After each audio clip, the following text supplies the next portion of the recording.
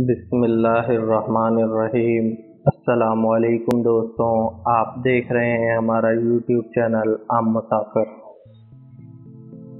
Corona virus ने इस वक्त पूरी दुनिया को अपनी लपेट में लिया हुआ है और इस वक्त हज़ारों की तादाद में लोग इस वबा की वजह से मौत का शिकार हो चुके हैं और मज़ीद इसमें इजाफ़ा हो रहा है। लेकिन किस्मत से पाकिस्तान में अभी तक बाकी दुनिया के मुकाबले में मरीज़ों की तादाद कंट्रोल में है, लेकिन इसका ये मतलब हरगिज़ नहीं है कि ये वायरस हम पर असरअंदाज नहीं होगा।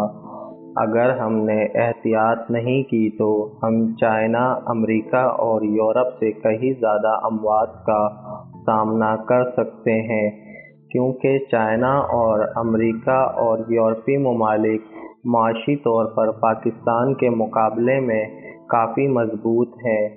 अगर अल्लाह ना करे पाकिस्तान में ये वबा कंट्रोल से बाहर निकली तो हमें इस वबा को संभालना मुश्किल हो जाएगा।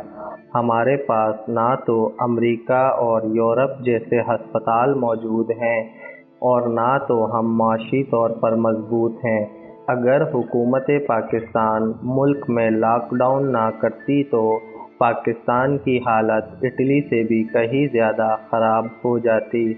और मज़ीद ये कि मेरे अंदाज़े के मुताबिक ये लॉकडाउन की सूरत हाल ईद तक ख़त्म होती हुई नज़र नहीं आ रही। इसकी एक वजह ये भी है कि पाकिस्तान में 25 या 26 अप्रैल से रमज़ान शुरू हो रहे हैं और बाकी दिनों की निस्बत रमज़ानों में मार्केटों में और सड़कों पर और भी ज़्यादा रश हो जाता है।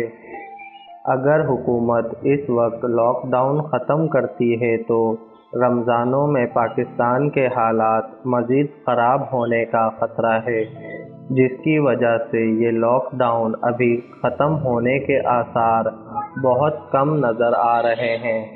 हुकूमत इसी तरह थोड़ा थोड़ा वक्त आगे बढ़ाकर इसमें मज़ीद इजाफ़ा करती रहेगी। और दूसरी वजह ये भी है कि इमरान खान ने कोरोना रिलीफ टाइगर फोर्स तश्कील दी है।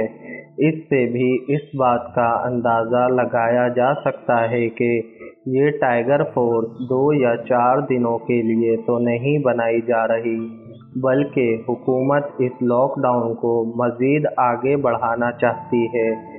मौजूदा हालात में मुमकिन है कि हुकूमत गरीब तबके के लिए कुछ बंदोबस्त करे या लॉकडाउन में कुछ नरमी की जा सकती है, मगर मुकम्मल लॉकडाउन ख़त्म होना नज़र नहीं आ रहा। और मेरी ये दुआ है कि अल्लाह पाक जल्द अज जल्द इस वबा को ख़त्म करे और पाकिस्तान और दुनिया के तमाम मुसलमानों समेत पूरी दुनिया पर अपना करम करे। आमीन।